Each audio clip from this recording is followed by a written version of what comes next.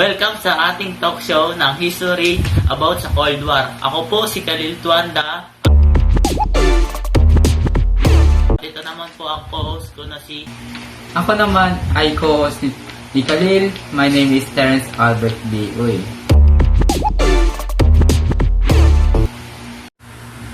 At ngayon po sa araw na to, may mga kasama tayong tatlong guests. Ako po si Marco Waga. Ako po ay isang mag-aaral na pinag-aaralan ng tunay na nangyari sa Cold War. At ako po ay si Juan Calderon. Ako ay isang enthusiast sa Cold War. Pangalan ko pala si Dave Traso. Ako po ay ako ng isang veteraryong sundalo na lumaban sa Cold War. Magandang ano po sa inyo lahat at ito parang natin yung Cold War. Ito po, bibigyan ko po si Marco Aga ng unang pong tanong sa talk show na to. Ano ang ibig sabihin ng non-aligned movement sa simpleng salita, Marco? Grupo ng mga bansa na hindi numusunod sa alin ng superpower. Ito na. Balik po kay co-host natin na si Albert Uy. Pangalawang tanong para kayo. Bakit ito nabuo nung panahon ng Cold War? Ito ay upang panatilihin ang kalayaan at soberanya ng mga bansa noong panahon ng Cold War. Pangatlong katanungan about sa Cold War. So, ano ang pangunahing problema ng mundo noong Cold War? Di ba sa USA at sa Soviet, parang naglalaban sila yung parang sa nuclear war ata nung nabuo yung parang mga pinasabog yung Hiroshima, Nagasaki. Tapos ikaw din, ano ang pangunahing problema noong Cold War? Ano tingin mo pangunahing problema? Pangalan yung problema, noon ay Tuloy lang, tinding tension at takot sa digmaan, lalo na sa nuclear war. Tama ka kasi, alam mo yung mga napag-aralin sa mga theory na yan, maaaring masira yung mundo dahil sa sa mga bomba. Yung sabi nga ni Albert Einstein, pag yung mga country maglalaban na lang, stick and stones, parang sabog-sabugan na lang. Tama. Balik kay Albert Uy. Pangapat na tanong para kay Marco. Ba't nahirapan at maliliit na bansa na mamili ng panig noon? Kasi kapag namili sila ng panig, di ba susuportahan sila ng panig na gano'n? Bakit nga ba? Nangili lang sila at Huwag naman tao. ito po yun. Nagalayo na nangili lang sila at ako din na soberano. Natakotin nila ang bansang soberano. Kasi baka sila, pag maliliit na bansa, wala laban yan. Katulad sa USA, Soviet, malalaking bansa yun. Mga mangyarihan niya. So, ilang naman na tayo? 1, 2, 3. Ay na, kung ay yung paborito niyo akong kusine, nalilito rin namin sana eh. Okay lang naman. Pang-limang tanong, bakit nahirapan ang mali pala ako. Sorry. Okay.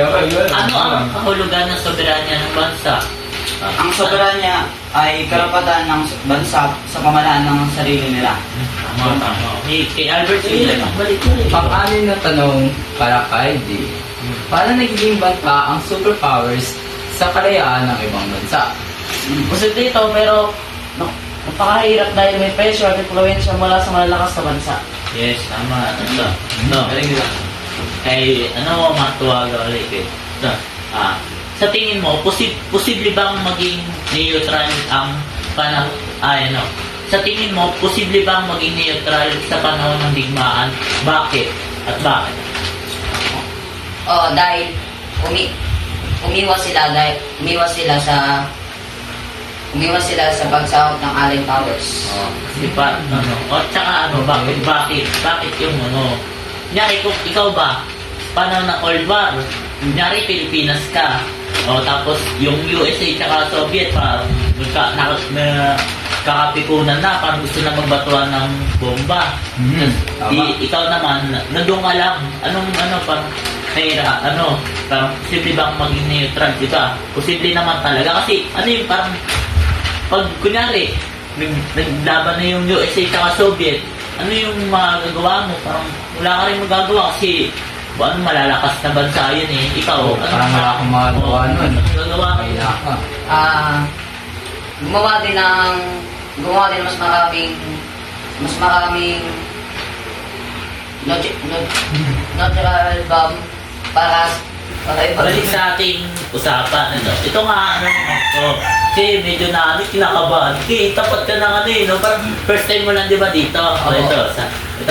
Ulitin ko sa tingin mo, posible bang maging neutral sa panahon ng digmaan? At bakit? Ano yung mga, sagutan mo? Huwag ka ma-pressure, Huwag kang pressure. Pre, TV show yan eh, marami nanonood eh, pogi pa naman. Salita lang. Okay. dahil para gantihan sila na gumawa ng mas maraming nuclear bomb. At bakit? Para Kaya ako na magsasagot. Siyempre, pag ano sa mga bansang yan, USA at Soviet, siyempre malalaking bansa yan. Posible ba maging neutral? Siyempre, posible. Ano dapat, umiwas ka lang kasi isang bomba parang makasira ng ano yan. Parang whole city yan eh. Kasi may mga At saka, kapag malalakas na bansa, tiyatakot nila yung mga maliliit na kaya parang na bansa. dapat good option lang yan, maging neutral ka. Balik kay paborito ko po si Albert Uy. Thank you for that. Ang aking tanong, anong kaibahan ng pagiging neutral at pagiging non-aligned? Ay basic lang yan. Ang neutral ay iwas sa digmaan at ang non-aligned ay pag-iwas sa mga superpower. Yung USA at Soviet, for example. So, sumusuporta ba sila ng panig? Yung dalawang yun, sinabi ko, neutral at No, non-aligned. mag-iwas sila sa ganun. Para lang maging remain neutral at para hindi magamay in case na mag-go all out sa nuclear war. Good answer. How to kayo? Ito, dito naman sa pangatlong pinaka-cute na kilala kong tao sa buong mundo. Ito.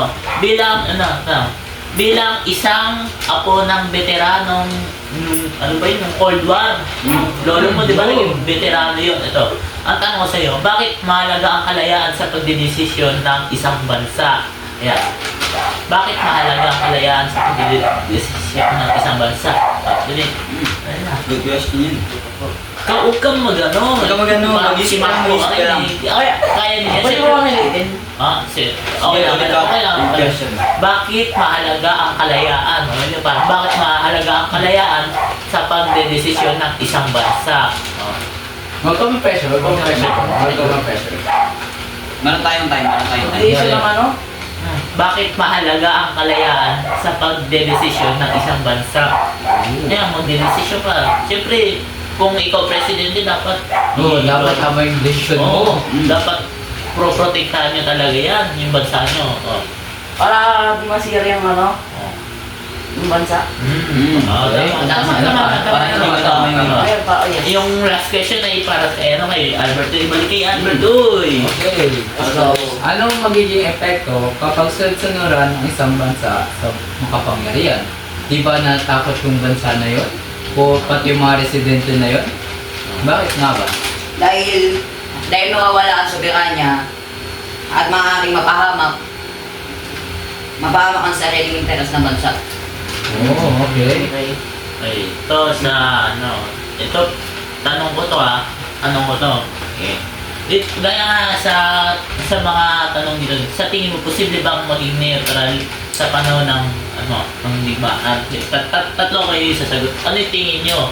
Maging neutral ba kayo? Opinion. Maging neutral ba kayo? Sasali ba kayo sa mga bansang yan? Neutral na lang ako. Neutral. Ikaw naman, turuan. Ako, pag ako, decision ko to, sasali ako sa mga superpower. Depende to para sa country ko. Kasi pag nanalo naman, maraming benefits yung country ko, makakuha ng mataas na economy. For example, magiging rin first world country pag nagsali ka sa USA. Yun rin. So, it's a good choice for now.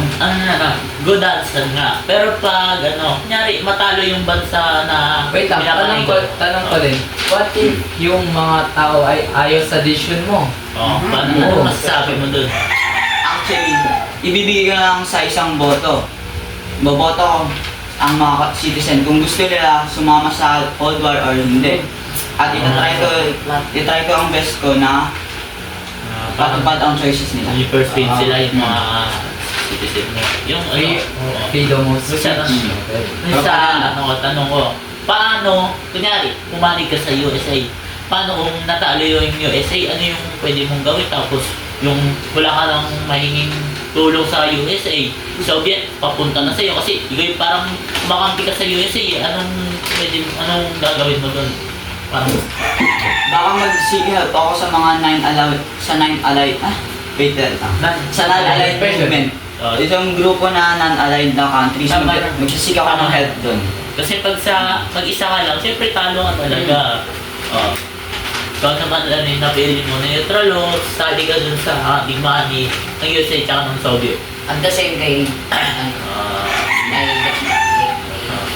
may crash. Oh, I see. Bakit naging same kay Detraso? Bakit? Paano? Bakit? Huwag ka ma-pressure doon. Dahil kaming dalawa ay gusto namin makipaglaban dun sa kabilang bansa. Di ba hindi yun nagpuput ng risk sa mga residente ninyo? Tapos magkakaroon ng distrust sa mo, pagiging presidente ng isang bansa. Magkakaroon din ng protesta yan. Bakit? Pressure na rin sa mga ganyang digmaan. Yung bansa nyo, mga naninirahan dyan, at yung opinion nyo sali tsaka Tapos Tapos bubuod din sila ng mga party. Pasikreto pa yan. bilang isang pinuno sa ano yung magiging desisyon mo? Magpagawa ng mas marami nuclear bomb para hindi malugi ang aming bansa. Okay. Wait lang, may question ako sa'yo. Paano pag wala kayong resources para gumawa ng nuclear bomb? Ayun, Kasi kasi yung nuclear bomb, parang yung dati yata, World War II, yung nakakalam ng USA. Paano yan? Wait lang, magtanong ako, paano yan? Makakapasok yung mga espion ng galing ibang bansa katulad sa USA, napasok Yes. ng ibang bansa kung nuclear weapon. yung pagawa ng nuclear nila. Di papagawa kami ng harang para hindi sila makasakop sa aming bansa. Hindi kayo gagawa ng counter-intelligence division? Mga ganun? Pwede din, gagawa din kami nun. Oh, okay, back to you. What's your question? Ito yung tanong ko. Kung ikaw ay isang kung ikaw ay isang malaking bansa, kunyari China ka, tapos meron ka rin kakayahan na gumawa ng nuclear bomb. Sa dalawang makapangyarihan ng USA at Soviet, ano yung pwede mong gawin doon sa na yun sa conflict ng dalawang bansa? Di ba China ka? Yung pwede ka rin kasi makagawa ng mga nuclear bomb, pwede ka rin makatulong. Yung parang may dalawang ring desisyon. Makipaglaban, protektahan yung malilit na bansa o parang manahimik na lang sa sulok. O parang dito. Peaceful country. Go. What's your answer? Pwede maulit yung isang part ng question. Kung ikaw kapantay mo ang level ng USA at ng Soviet. Di ba? China kasi yung parang ngayon yung China malaking bansa na rin yan. Marami na rin yan. Malaki siya economically. Tanong sa'yo. Sa panahon ng Cold War, di ba may conflict ang USA saka yung Soviet? Ano yung pwede mong maitulong? Lalaban ka ba para sa malilit na bansa o manahimik na lang sa sulok?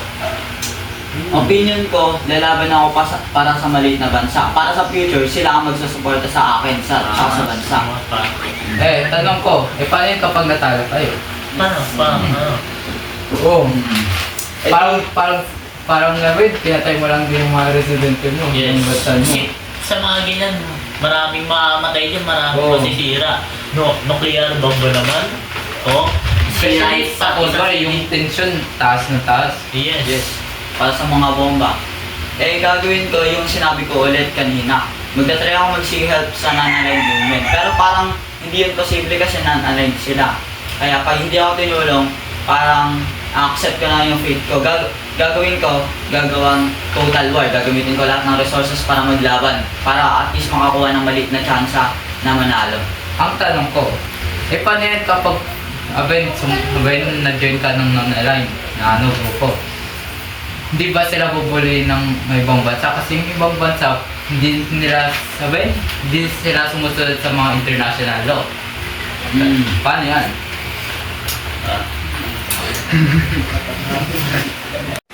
Okay. Ano yung maging sagot mo sa aking tanong?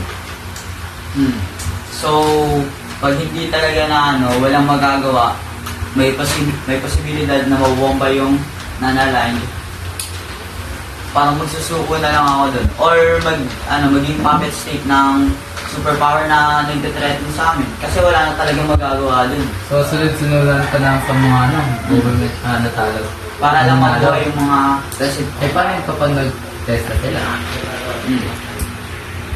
Wala ka Wala. nang magagawa dun. Wala na talaga. Magiging puppet state ka na eh. So wala ka na talagang magagawa. Sila na yung magko-command sa'yo. Very good and strong answer, Pero, I'll say. yung, sa ngayong araw, gusto ko yung mga, answer mga opinion. yung about sa Cold War. Pero, siguro yung oras natin, lapit na maubos. Kaya nga, Kaya yes. Kaya na, kaya Tara, tara.